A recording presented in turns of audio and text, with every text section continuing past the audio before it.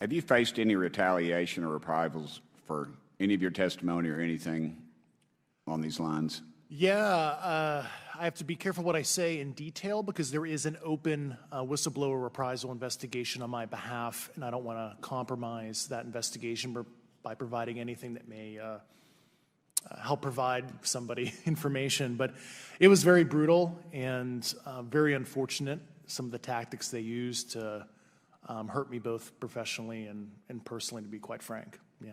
Do you have any personal knowledge of people who have been harmed or injured in efforts to cover up or conceal these extraterrestrial technology?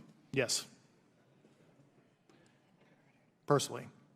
Have anyone been murdered that you would that you know of or have heard of, I guess? I have to be careful asking that question. I directed people with that knowledge to the appropriate authorities. Mr. Grush, what about you? What was your experience after you came forward? Well, it's only been about 2 months or so, so I guess my experience has been overwhelming support from former colleagues of mine that have privately messaged me, and I do appreciate that. But I do have knowledge of active planned reprisal activity against myself and other colleagues, and it's very, very upsetting to me. Coming from where? Certain senior leadership at previous agencies I was associated with. And that's all I'll say publicly, but I can provide more details in a closed environment. Yeah, there were certain colleagues of mine that were brutally administratively attacked, and it actually makes me very upset as a leader to see that happen to other coworkers and actually superiors of mine over the last 3 years. How do you account for that response? That seems like a bizarre response.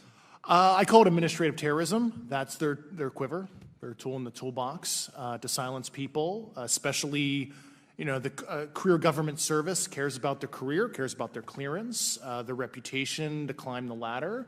And when you threaten that career path, a lot of people back off. But I'm here to represent those people. To your knowledge, are NHIs working with adversarial foreign governments in either technology exchange programs or back engineering programs? I don't have data on that. I'm not sure. Have you heard or you had people come forward to present that evidence? Not that particular evidence that you just espoused. Okay. On the 19th of April, Dr. Kirkpatrick, head of AARO, had said that he did not find any evidence of UAPs. You also stated that you had, in your interview, that you had briefed him on information that you were uncovering, but that he did not follow up with you. Were the items that you divulged to him pertinent to national security? Yes, him and I had a classified conversation in April 2022 before he took over AARO in July 2022, and I provided him some concerns I had. Do you know why he might not have followed up with you?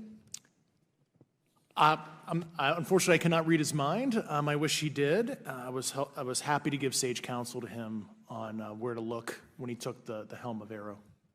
Okay, and then my last question for you before I move to Mr. Graves is you received prior approval from the Defense Department to speak on certain issues, correct? Correct, through DOPSR, DoD Pre-Publication and Security Review, and I just want to remind the public, they're just looking from a security perspective. These are my own personal views and opinions, not the department's. Okay, I'm asking that, though, mainly because I think that there are many people that would like to discredit you. So it does bring a certain amount of credibility to your testimony. I'm required by law to do that as a former intelligence officer, or I go to jail for revealing classified information. Yeah, we don't want you to go to jail. Mr.